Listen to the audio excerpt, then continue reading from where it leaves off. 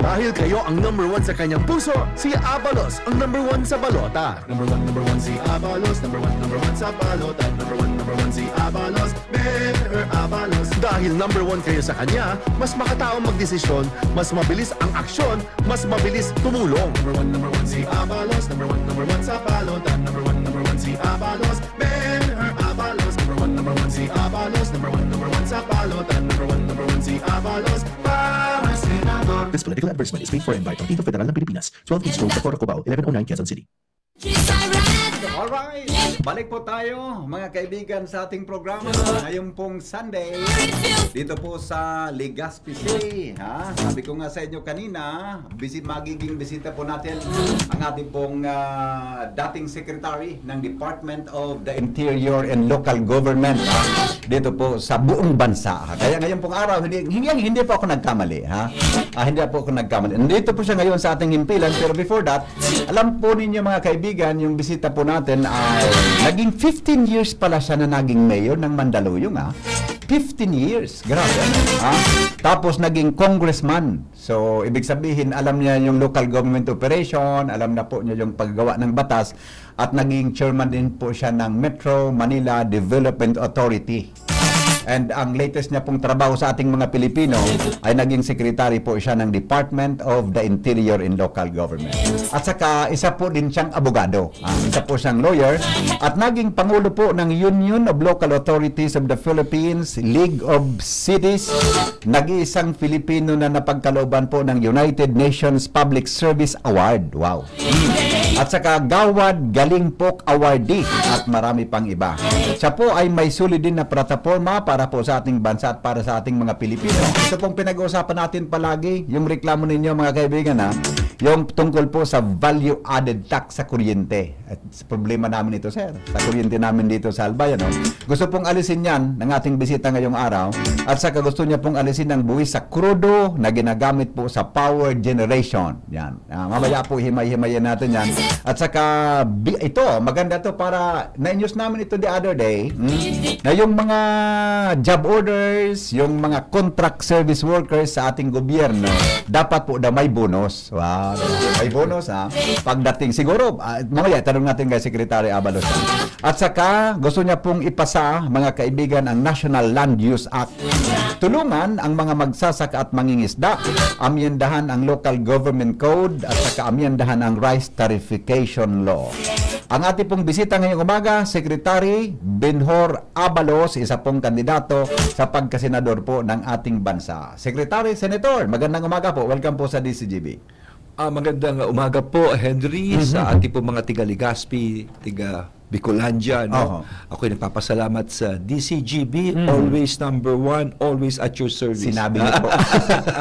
Maraming salamat talaga for having me. Sinabi niyo, maraming you. salamat po sa inyo. Kumusta pang pag-ikot niyo ngayon sa Legazpi? Maaga po kami kanina. Ako po yung nag-motorcade, kasi halos 7 araw na lang, Henry. At, correct. Ito'y masabihan ko na rin yung mga ibang kandidato natin. Hanggang Sabado na lang tayo ng hating gabi. Isang linggo na lang. Dahil sa linggo, bawal na po yan. Basta sumapit ang alas 12 ng gabi, bawal na po yan. Correct.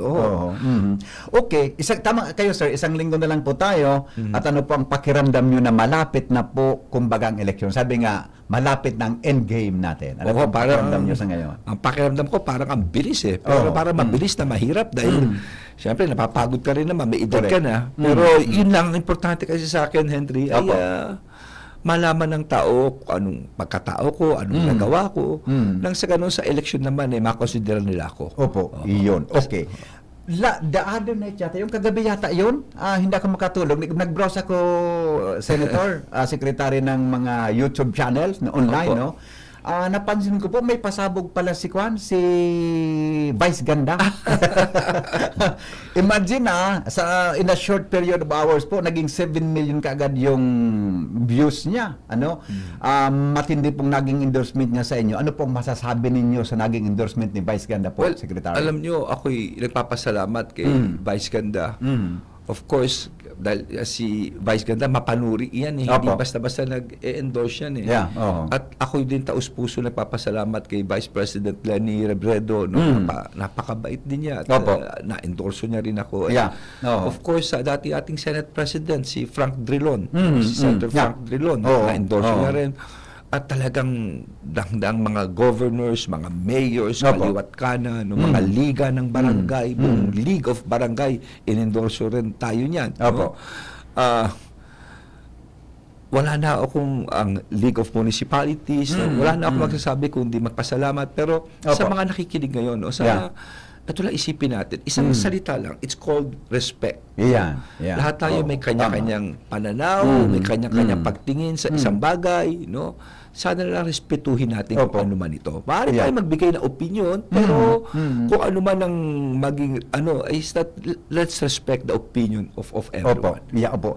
Nang marinig ko po yung endorsement sa inyo ni VP Vice President Leni Robredo po, Secretary, napag-isip ko na, sabi ko, sa tingin ko, nagustuhan siya ni VP Leni, baka sabi ko, ibig sabihin yan, align po ang values ninyong dalawa, pati yung vision po ninyo. Ano po ang masasabi niyo, Secretary? Well, kasi- Tama ba yung hula ko?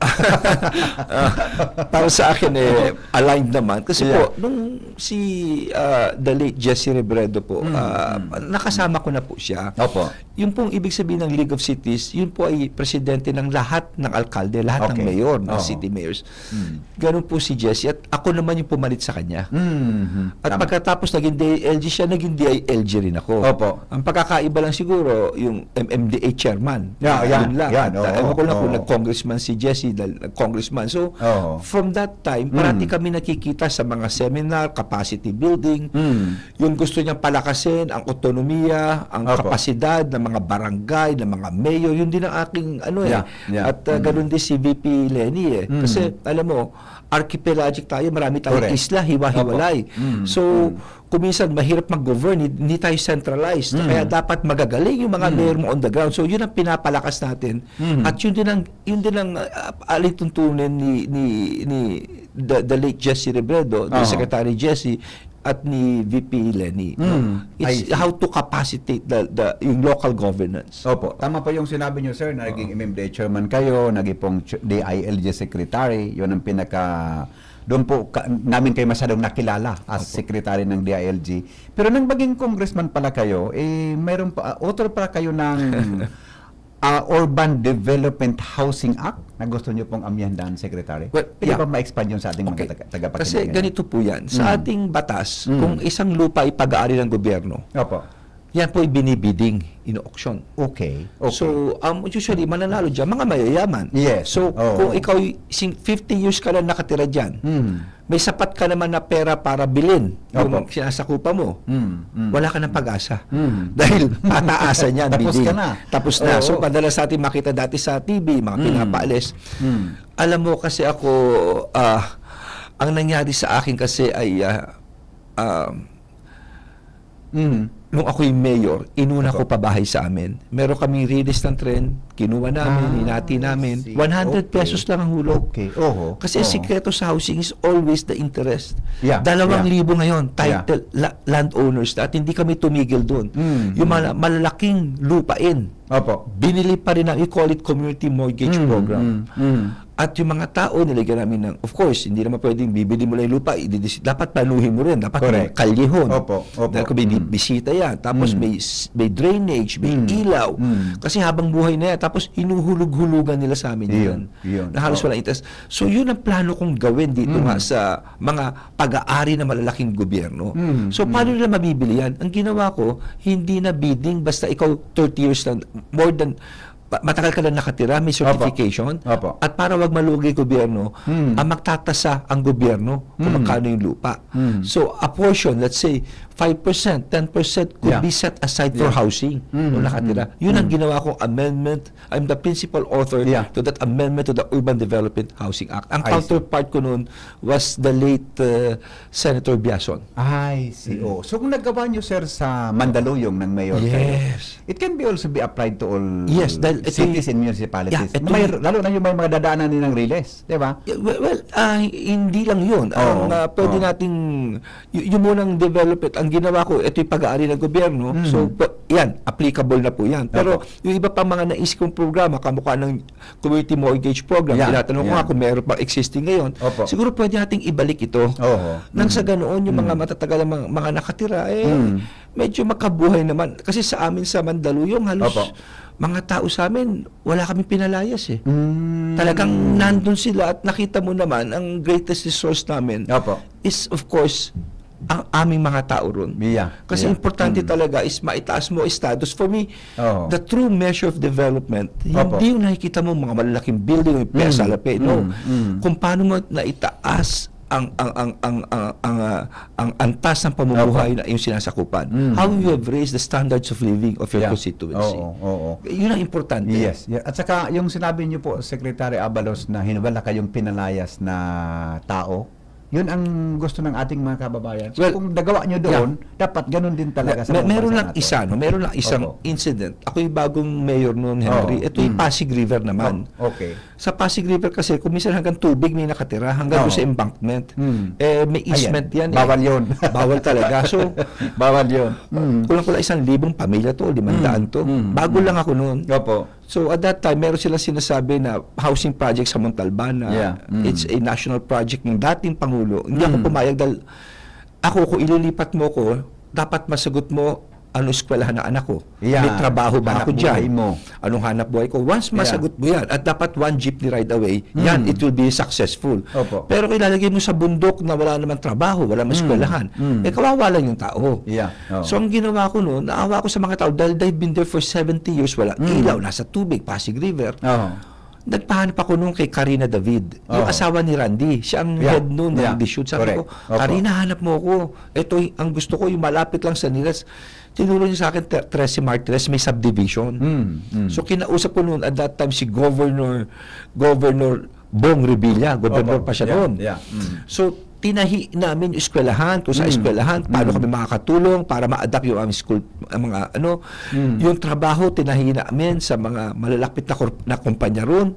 At yung walang trabaho makukuha, nanghingi ako ng tulong, bumili ako mga tricycle Opo. ng Opo. prangkisa. Oo. At hindi lamang yung mga kababaihan, bumili ako ng mga makina for livelihood. So in short, lahat ng iniisip ng taong, meron ba akong bahay? Meron, Opo. check.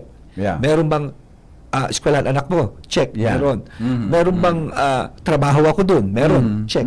In short, 100% nag-alisan, walang gulo, walang dimandahan, walang Yan. nagbatuhan. Yan. So, Oo. ngayon, alam mo, Henry, magugulat kayo, mga Yeah. bata, 20 anyos na. Oo. At lahat sila may bahay. Ang kaganda ng ano. Sabi Wow. na, makaganti kami sa iyo, Mayor. Ako, paano makaganti? Magpa-flying boater kami sa iyo. Sabi ko, wag na. Mapapahamak lang ako. Pero these are stories na Ngayon, sir, hindi nakakatulog. na sila pwede mag-flying boater. Kahit Ay, hindi sila bawal talaga yun. bumoto. Pero I mean, Oo nga, oo. in just, kung matitignan mo lang, they want to please you na nakakabusog no araw. Yeah. It's sitwasyon nila. But then, Yeah. it's making a difference. That's important. Opo, Diba? It's opo. making a difference. Oo. So, ito lang pagkakataon, sir, para makabawi sa iyo. Okay. Sir, yung mga magsasaka natin sa buong bansa, at kami dito po sa Albay, Yeah. masaya po nang marinig namin yung plataforma po ninyo. Pwede bang ma-expound lalo sa ating mga nakikinig ngayon ng mga magsasaka? Ano pa ang plataforma ninyo para sa ating mga farmers? Okay. Noong isang buwan, Henry, nagkaroon ng malaking rally sa Nueva Ecija dahil ang palay is 14 pesos to 17. Umaaray ang ating mga magsasaka. Grabe yan ah.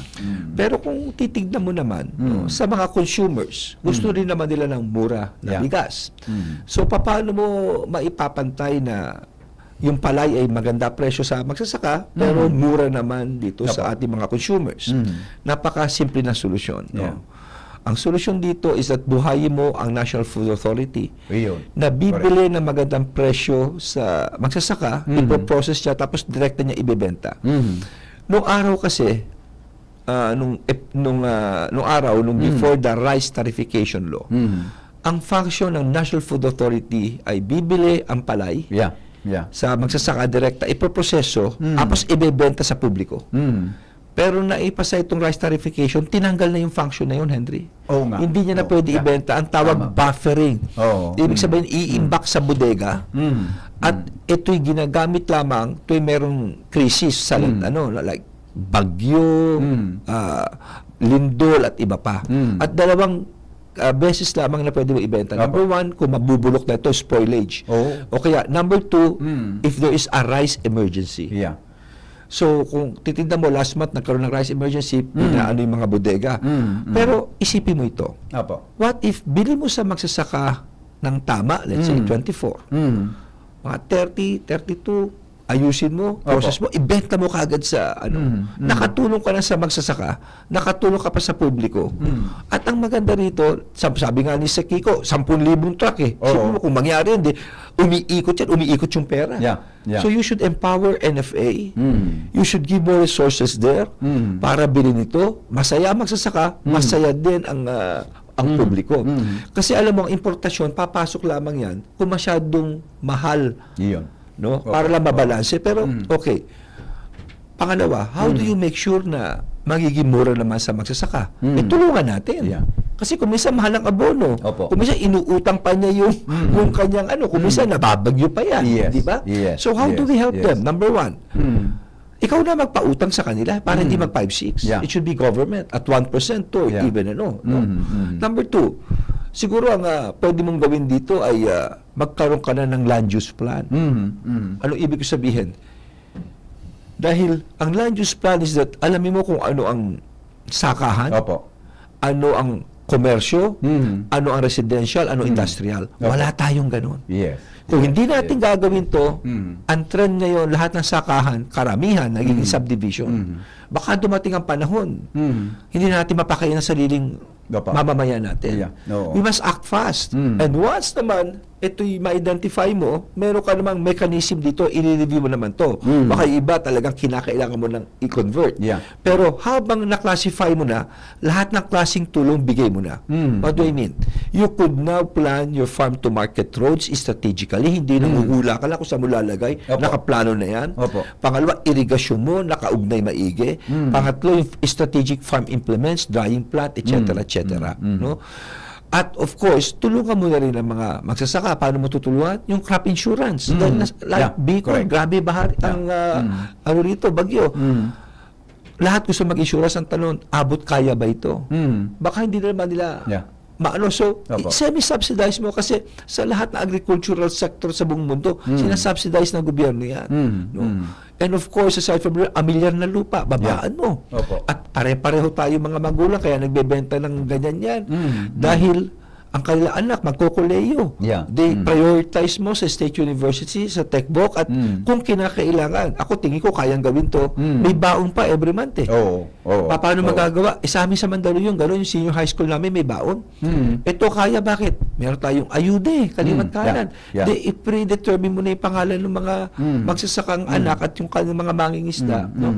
So all of this at marami pa, i-couple mong lahat yan, you support, nasusuportahan mo ang ating magsasaka, naaayos mo ang proseso ng batas natin ngayon Opo. to make it more efficient at mas maganda. Yung ganong klaseng direksyon, Henry. Oo. Tama ba sir yung sinasabi niyo? Magagawa yan pag inamid natin yung rice tarification. Yes, no? yes. Yun ang dapat priority. Ano? Yes, at alam mo, Oo. Henry, maganda. Yan ang gusto ng magsasaka. Correct. Yan ang gusto ng Kasi Pangulo. ngayon nawala yung- Yan ang gusto ni Secretary Oo, Kiko. oo. Yan ang gusto ng lahat. Yeah. Gawin na natin. Oo. Opo. Yung Philippine Crop Insurance Corporation, Yes. PCIC noon, nang una kita pong ma-interview, may nag-text sa akin na mga farmers namin, dito sa Albay, ang problema pala, sabi nila, mataas, Senator, yung amortization. Yeah. Yung mga simpleng magsasaka, walang tsansa na maka-apply para dyan. Yun ang sinasabi ko, let's Oo. review it, make it more affordable, Yeah, yeah. at kailangan abot kaya ng ating magsasaka. Oo, Huwag mo oo. nang pahirapan dahil, Yeah. let's face it, nakakailang bagyo tayo sa isang taon. At ang masaklap pa, May problema na. yes, Baha. at ang masaklap pa, yung dapat na tag-init, nagiging Opo. tag-ulan. Oo, oo. Hindi mo na Tama. ma-determine ngayon eh. So, yung value ng insurance nandyan. Opo. So, let's address it. Anyway, tumutulong naman tayo, subsidize na natin to. Yeah. Pagbayad ng insurance, no? Pwede. Gawin na nating Oo. mabilis ang proseso. Oo. Kasi tinanong din namin yan sa PCIC, ganun pala, kasi may batas nga tayo, ganito. So wala din silang magagawa. Pero kung mayroong katulad po ninyo, Yes. na handang ipaglaban niya, I-review matutulungan natin ang lahat ating mga ito. farmers. Kasi kaya tayo, ang tanong ko nga, sa tagal niyan, ilan lang ba kumukuha ng crop insurance? Oo. Kano katagal? Bakit Actually, ganun? kaunti lang po. Ilan lang? Bakit? So, does it serve its purpose? Yeah. At kung sakali man ani ng gobyerno ito, magkano ang ani ng gobyerno? Pero kung ang Yeah. kapalit naman ay food security ng buong bansa, naku, napakaganda nun. Yeah. Hindi na tayo mag-i-import. Hindi ba? Mm. Dapat parang bata, inaalagaan mo unti-unti. Yeah. Oo, Until they oo, reach that oo. stage na Yeah. ano. Sa tingin niyo po, Senator, sa buong Pilipinas, kung matutulungan natin yung mga magsasaka, kaya ba natin masustain yung bigas natin within our Well, country? yes. Sa tingin kaya ng iba. Definitely. Look at Oo. Vietnam, look at Oh, yeah. Thailand. Correct. Sa atin lang nag-aral yan eh. Oo nga. sa Sa Iran Thailand eh. po, pumunta Sa kami Iran, sa diba? Oh. Patong Tani Rice Research. We were surprised po. May 4 daw na scientists nag-aral sa atin sa Laguna, sa Los Baños. Ngayon, ang tanong ko Sabi sa iyo, talaga, Henry, oo. sa atin lang nag-aral, Oo. anong nangyari between then hanggang ngayon? Iyan ang tanong. It's all about policies of Yeah. government. Correct, It's correct. all about where you allocate resources. It's all about programs. Opo. So Oo. let's learn from the past. Yeah, yeah. Sabi nga nila, persons who refuse to learn the lessons of history are condemned to repeat history. Yeah. Opo. Alam na natin yung nangyari, ba't pa tayo pagpapakundi na? Alamin natin Ito yung na nangyari, pagkakataon. baguhin natin ang polisiya natin, kung kailangan tulong, ibigay natin. Yeah. Opo. Ito pa sir, isa pa, yung pasanin pa nating mga kababayan. Every month may bill baga sa electricity. Kami dito ganun din. Buwan-buwan tinitingnan namin yan. Ang taas ng bill paminsan mababa, paminsan mata. May fluctuation po, Secretary, Senador. Ano po ang pwedeng magawa ninyo para mapababa ang presyo ng kuryente sa ating bansa? Pag kayo naging senador. 20 years ago, ako isang congressman, Henry, Apo. at walang buwis ang kuryente noon. Wala. Walang bat yun noon? Wala. Pinag-uusapan nung araw yan. At ato na foresee ko na, sabi ko, once taasan, once magkaroon ng tax ito, Apo. sisipa ito. Once tumaas ang kuryente mo, tataas sigurado tubig mo. At once tumaas ang tubig mo, tataas ang iba, pasahe, tataas ang pagkain bilihin, po, sa lahat. mga Yes, kasi restaurant. pag ano ng mga Gumamit ng fertilizer pag manufacture yan, lahat. Yeah, yeah. So, ngayon 20 years na. Opo. 2005 yun 42 years old pa lang ako noon. Ngayon Yeah. senior citizen na ako. Hindi naman halata Hindi naman halata. Oh, Henry, pangalawa tayo sa pinakamahal na kuryente sa ASEAN. Yeah. At hindi lang yun. Patong-patong ang buwis. Yeah. Generation charge 12%. Totoo. On top of that, transmission charge 12%. Distribution charge 12%. Opo. Meron ka pang systems loss. Mm. So ako, sabi ko, at hindi lang yun, yung mga power plants na gumagamit ng gasolina, sabi ko gano'n, pwede nating tanggalin na yung tax sa gasolina basta ginagamit lang Yeah. sa kuryente. Yeah. Yeah. So ako, I'm after that. Kung hindi ko man lang matanggal lahat, matapyasan ko lang ito, Konti. sigurado bababa Yeah. ang ating kuryente. At once bumaba yan, I tell you this, yung industrial phase natin na pumasok ang mga kumpanyang nagmamanufacture, papasok at papasok, why?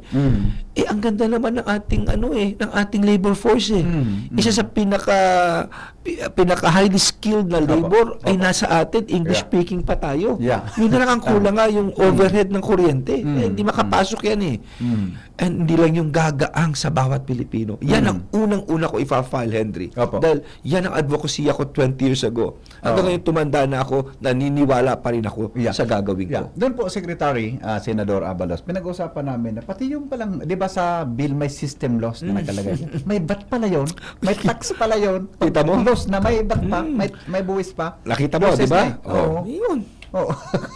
Grabe So, yan po ay priority pala ninyo, sir, pag nanalo kayong senador sa ating mga now, isa pa po sa problema namin sa Bicol, yung brownout, yung sources ng kuryente natin. May papangako po ba ninyo sa ating mga tagapakinig sakaling manalo po kayo na pwede nyo itong magawa, Secretary Well, Abalos? yun nga Alam mo, hindi lang nga ito'y Bicol, buong Pilipinas. Opo. Handang-handa na tayo mag-take off. Handang-handa Yeah. na.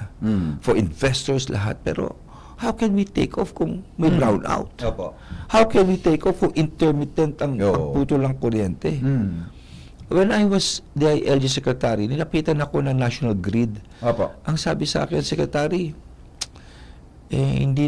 wala kaming permit para magkaroon ng transmission line, para makonekta Visayas at Mindanao. Kailan pa yung problema nyo? Sir, 5 taon na. Ha? 5 taon na. So, I created a task force. At sa task force na ito, binigyan ko ng showcause yung mga dadaanan. Maniwala ka, Henry, in a period of less than 1 year, Opo. 26 transmission line ang na-construct. Ayun.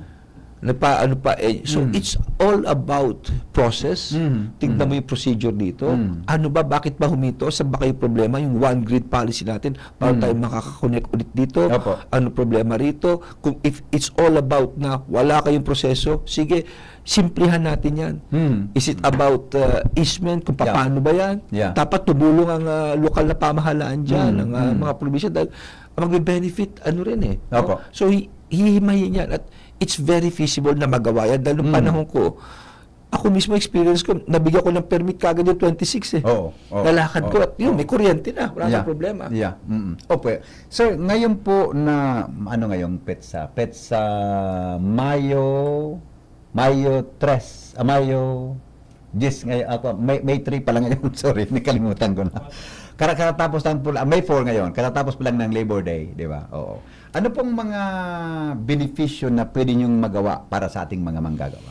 Well, unang-una, ang ating tinatawag na exemption from the Opo. payment of individual tax return Opo. is 250,000 a year. Opo.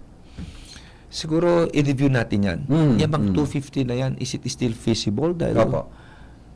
pumasok na ang inflation Oo, ang dami oo. nang pumasok sa atin Yeah. Yung bang ganyang halaga o dapat pang taasan pa natin ito para marami ma-accept, no? Yeah. Yan ang isa sa mga gagawin ko agad. Opo. Number 2, naging mayor ako Alam mo, 4 ang klase ng ating empleyo dito sa lokal at national, no? We call them regular employee, casual, Opo. service contractual at job order. Yung lahat siya may benepisyo iba dyan, pero ang contractual, service contractual at JO, wala. Yeah. Kasi gustong bigyan ni mayor, ni governor yan, under the law, hindi pwede. So at the very least, Opo. dapat bigyan niya ang gratuity pay o incentive, service incentive fee. At yan ang gagawin ko, ipapasa ko. Yun. Okay. Dahil ako mismo, 20 years na sa gobyerno, wala pa rin. Nakakaawa naman. Oo nga. Asahan namin Para yan, naman sir. trabaho yung ginagawa nila. Yes. Asahan namin yan, sir. So ngayon po bilang pagtatapos, sir, alam ko may mga pupuntahan pa po kayo. Ano po ang mensahe natin? Next week, 1 linggo na lang, election na po. Pag Monday, election na, malapit na. Ano pong mensahe natin sa ating mga kababayan? Unang-una ako po taus-puso nagpapasalamat sa mga taga Bicolandia. Alam niyo, malaki respeto ko sa Bicolandia. You really choose your leaders well. Opo. Nakasama ko sa kongreso nung araw. Napakagagaling magsalita. Basta humawak ng mikropono yan. Kita nyo, you have a Cheese Senate President, si Cheese Escudero. No? Marami. You put premium on talagang qualification. Opo. Itong darating na panahon po ay maghahala tayo ng mga senador. Itong uukit ng ating polisiya sa kalusugan, sa agrikultura, sa foreign relations, sa West Philippine Sea, sa defense, no? Local government at marami pa. Tingnan natin ang mga kandidato, suriin natin anong nagawa na. Opo. Modesty aside, no, sa lahat ng pinasukan ko ay ako po'y naging presidente ng lahat ng mayor. Presidente ng mga liga, ng gobernador, hanggang mayor, hanggang barangay captain. Number 1 po ako sa nutrisyon. Number 1 po ako sa child-friendly sa Malacanang, given by Benigno Aquino. Number 1 po ako sa may kapansanan, given by Erap Estrada Apolinario Mabini Award. Opo. Number 1 po ako sa most business-friendly given by the Chamber of Commerce. At of course, the United Nations Award. Ito yung mga batang may autismo o may pakapansanan. Sino nag-award? United Nations. Sa 100 bansa nilabang ko po ito.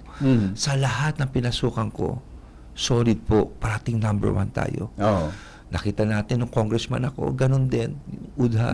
Naging DILG ako, pinakulong ko, pinahanap ko itong si Bantag. Pinademanda ko si Congressman Arnie Teves sa pagpatay kay Digamo. Pinag-resign ko 2 years ago. lahat ng generals and colonels dahil may nahuli kami isang pulis, Opo. halos 1 tonelada. No? Of that, 18 ang tinanggap ang resignation, 54 ang dinimanda, at 4 summarily dismissed. Talagang cleansing ng kapulisyahan. Opo. Dahil 99.9 ng pulis malilinis, ilan itong mga sumisira. And on record, 33.8 billion ng drugs under the watch of the ILG and the PNP for the first 2 years of the Marcos presidency, the highest ever recorded. No? Yeah. 33.8 billion worth of drugs. Alice Goo and Apollo Kibuloy, Yun. napahuli po natin. My record will speak for myself. No, solid leadership, no. Sana po makonsidera niyo ako, 12 naman po ito, Yeah. no. Benner Abalos po. Sinasabi niyo, sir, lahat kayo number 1 sa mga pinagagawa ninyo. Tamang-tama. Number 1 din kayo sa balota ngayon. Opo. Baka malagpasan mo, baka malagpasan mo. Hindi dapat Number nagpasan 1. yan. Unang pangalan pa lang nandun kagad. Opo. Di ba ang nakapangalan niya, sir? Abalos, di ba? Opo. Yan. Number 1 po. Kaya, mga kaibigan, kaibigan natin to, kaya malaking tulong po ito sa mga Bicolano sa darating na mga araw. Maraming salamat. Sige, sir. At sa inyo po, Diyos Mabalos, galing po kay Benhar Abalos. Yes. Maraming salamat po. Diyos Mabalos, galing kay Benhor Abalos. Okay, mga kaibigan, yung pang ating bisita ngayong araw, Secretary Benhor Abalos, senador po natin yan, kandidata po para senador sa ating bansa, number 1 po sa balota. Magbabalik po ang ating programa, makalipas lang po ng ilang patalastas. Dahil kayo ang number 1 sa kanyang puso, si Abalos ang number 1 sa balota. Number 1 si Abalos, number 1 sa balota. Number 1 si Abalos, Benhur Abalos. Dahil number 1 kayo sa kanya, mas makataong magdesisyon, mas mabilis ang aksyon, mas mabilis tumulong. Number 1 si Abalos, number 1 sa balota. Number 1 si Abalos, Benhur Abalos. Number 1 si Abalos, number 1 sa balota. Number 1 si Abalos, para senador. This political advertisement is paid for and by Partido Federal ng Pilipinas, 12 East Road, Socorro, Cubao, 1109 Quezon City. Pre, makinig ka muna. Payong kaibigan lang ha. Work hard, play hard. Yan ang motto ko dati. Pero nakakapagod din pala katagalan. Sa gitna ng lahat ng mga puyat, inom at pagkain ng masasarap, kasama na ang oily at fatty foods, kailangan pa ring bantayan ang kalusugan. Tamang